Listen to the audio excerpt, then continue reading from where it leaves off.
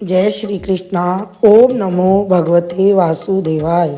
पवित्र माघ महीने की कथा व महात्म। 13वां अध्याय। विकुंडल कहने लगा कि तुम्हारे वचनों से मेरा चित्त अति प्रसन्न हुआ, क्योंकि सज्जनों के वचन सदैव गंगाजल के सदृश पापों का नाश करने वाले होते हैं। उपकार करना तथा प्रिय बोलना सज्जनों का स्वभाव ही होता है। जैसे अमृत मंडल चंद्रमा को भी ठंडा कर देता है।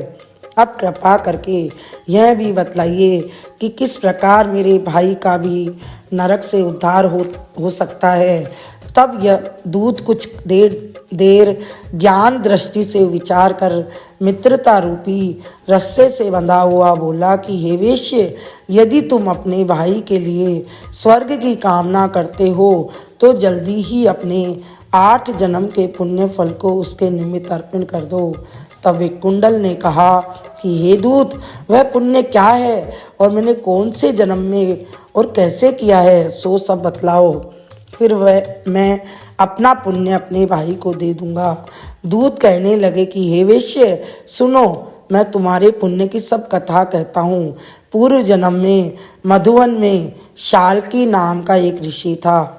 वह बड़ा तपेश्वरी, ब्रह्मा के समान तेज वाला, नवग्रह की तरह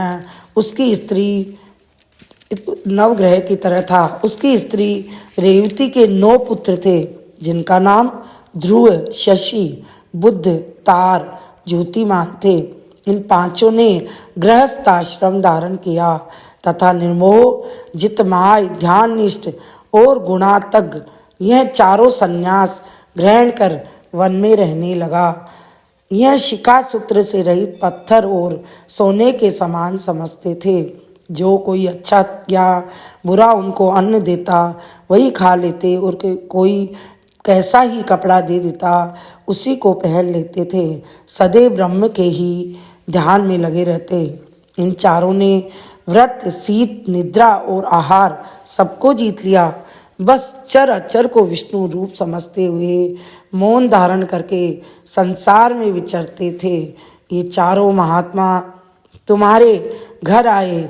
जब तुमने मध्याह्न के समय भूखे प्यासे इनको आंगन में देखा तो तुमने गदगद कंठ से आंखों में आंसू भरकर इनको नमस्कार करके इनका बड़ा आदर सत्कार किया।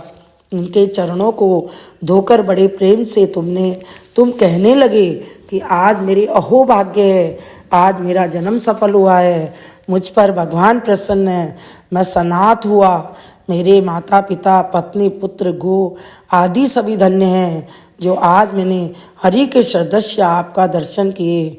सो हे वेश्य, इस प्रकार तुमने श्रद्धा से उनका पूजन किया और चरण धोकर जल को मस्तक से लगाया। फिर विधि पूर्वक इनका पूजन करके तुमने इन सन्यासियों को भोजन करवाया।